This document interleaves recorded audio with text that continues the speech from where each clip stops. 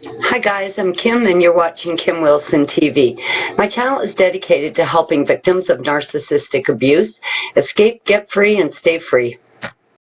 Today I want to talk a little bit about healing after narcissistic abuse, but most importantly, what steps you can take to speed up this healing. Now, you've had a tremendous shake-up and disturbance to your life, to your soul, to your heart, to your mind, and it is quite unlike breaking up from a normal human being.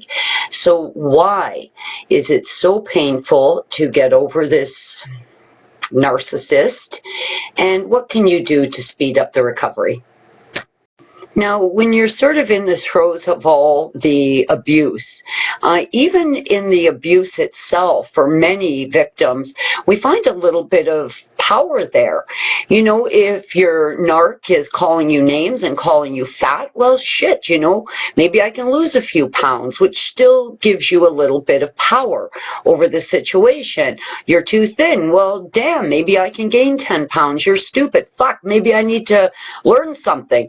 You know, so in all this name calling, even when they direct a particular name at you, in many cases will feel like it's changeable.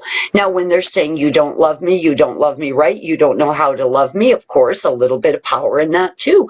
Well, maybe I can learn to love them right. Maybe if I just try harder. You know, you don't do anything right. This type of comment, again, can be a little bit empowering, because you're thinking, well, shit, maybe I could change that. I used to be able to do things right, but now that I'm in this relationship, I can't do a fucking thing right. But you think to yourself, well, if I used to be able to do things right, maybe I can do something right again, which, you know, we know you can never do it right. But the fact is, those types of abuse are a little bit empowering, because it almost feels like it's something you can change. You know, if I'm too thin, I can gain 10 pounds. If I'm not loving him right, maybe I just, you know, need to try a little harder. If I'm screwing everything up, maybe I can just, you know, get the eggshells thicker, you know, so I can be more careful on the eggshells and maybe one day do something correctly. So even throughout all that abuse and name calling and gaslighting and belittling, there is often a glimmer of hope for victims, because a lot of these things that they're saying and doing to you seem to give you a bit of power over the situation where you can try and change them. Now, once the dumping, discarding, you know, starts to show up in the relationship, now this is completely disempowering. You got nothing. There's nothing you can fix, nothing you can change, and you are left standing in front of an absolute brick wall, nowhere to go, nowhere to turn, and an absolute sense that there's no hope left and there's nothing you can do. So basically, you have been shit on from morning to night, Monday through Sunday, all day long. That's it. You're little bit of hope and power that you falsely believed you had is now gone. You are totally disempowered. What you believe to be the love of your life is slipping through your fingers. You can't get hold of it. The pieces of your life are floating everywhere. You can't grab onto anything that's tangible to make sense of any of it, and now you're left in just an absolute state of total mindfuckery. You don't know which end is up. You don't know what the fuck just happened. You've been belittled, badgered, beaten up, you know, absolutely put through hell. Chances are your finances are in ruins, your career is probably in ruins, you've lost all your hobbies and interests, you've probably been isolated. I mean, it just, the list goes on and on and on, and there you stand looking at the brick wall. Since the person you initially thought you had fallen in love with has absolutely been proven to be a complete illusion, that person never existed. So you could, you know, quite conceivably think to yourself, well, I'm going to see this as a death. I am going to try to internalize this as if my partner died. Now, I will tell you, my first husband did die. quite young. He was 32, and I raised our 5 boys on my own. But after that death, I was given, you know, an urn full of cremation remains. It was over. It was final. There I was with my photos and my cremation remains. Well, what do you got now? Now you got Buddy in the, you know, checkout line at the grocery store behind you with his new supply, you know, holding hands, being all happy and giddy. And of course, if he sees you, putting on a real happy and giddy kind of show.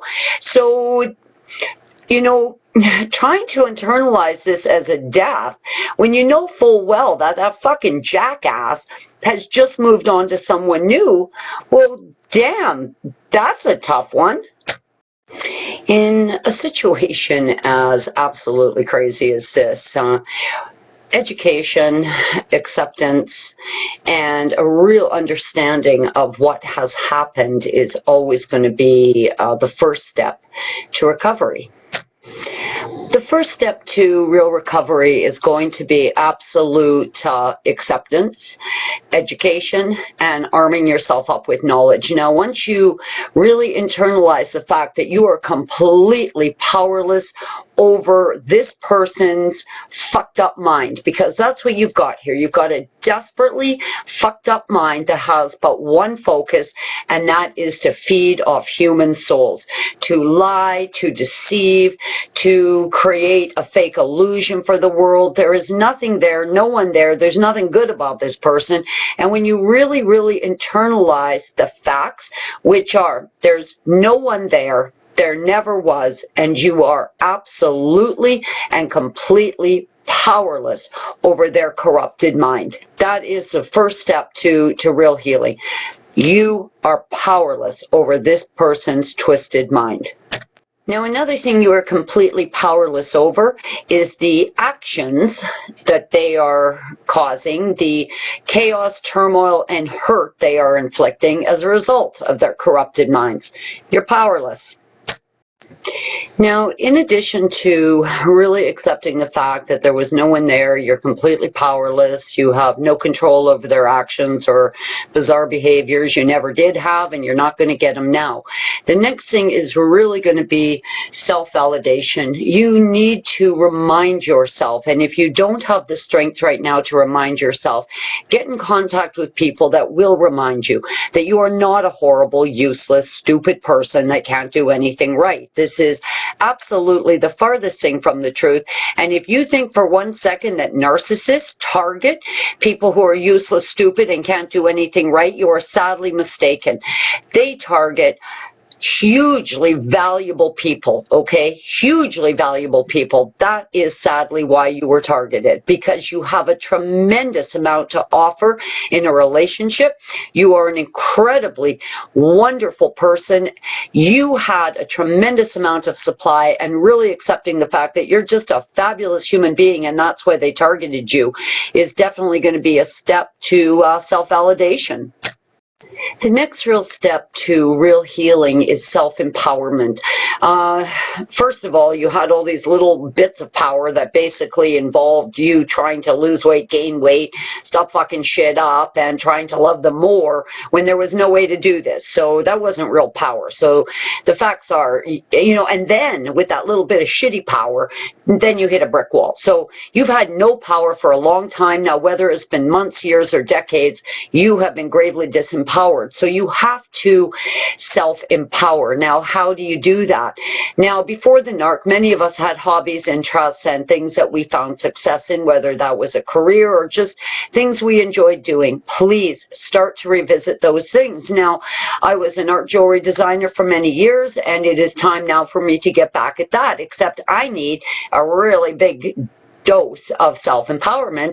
So instead of making a pair of earrings or a necklace for a woman, I am actually from scratch building quite a monumentous chandelier for over my dining room table. And certainly I'm going to show you guys some images of my chandelier once I'm done. But, you know, so instead of jewelry for people, I'm making jewelry for my house. But these are all small steps. Now, I always had great success at gardening. I've returned to that great success in my sewing. I've returned to that. I'm reaching out and getting in touch with people who are more than willing to remind me that I am a wonderful and valuable person. So self-empowerment is going to be extremely important towards recovery.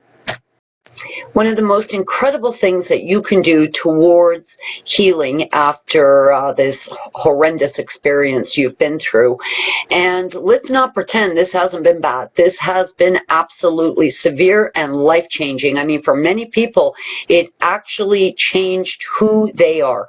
Now, one step that covers all of it, that covers knowledge, acceptance, self-love, self-validation, and self-empowerment, is to go no contact. Now, if they still have access to you, or if you're sitting pining, hoping a text message comes through, they are running your life. They are manipulating you still. They are controlling you, and they are dominating your thought patterns and what it is that could or could not happen in your day. So if you want to give up your day to them, that's up to you. But when you go no contact, you have said, I know what you are. I am aware. I accept what you are. And that is what I'm internalizing today. I love myself too much to leave myself volatile or open to your toxin and your poison. And you are completely empowering yourself because you've said, this is it. Here's where the line is drawn. I'm done with you. If I ever hear Trevor's voice again, it'll be too soon. Never in my lifetime do I ever plan on him laying eyes on me or me ever making, a visual contact with him. I'm done. He's cut. It's over today. I own that power. I hope you guys choose that power for yourself today too. It feels great. It really does. Now, one of the things that's really helped me heal the most has been time.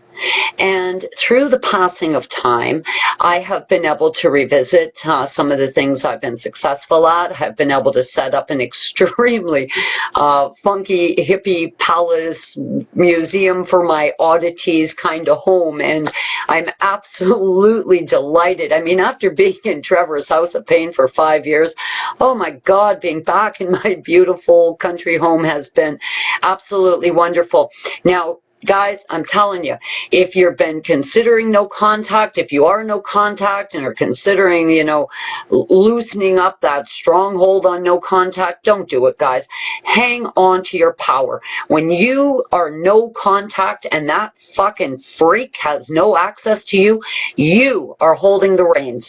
So, guys, be safe today. Stay narc-free. Peace be with you.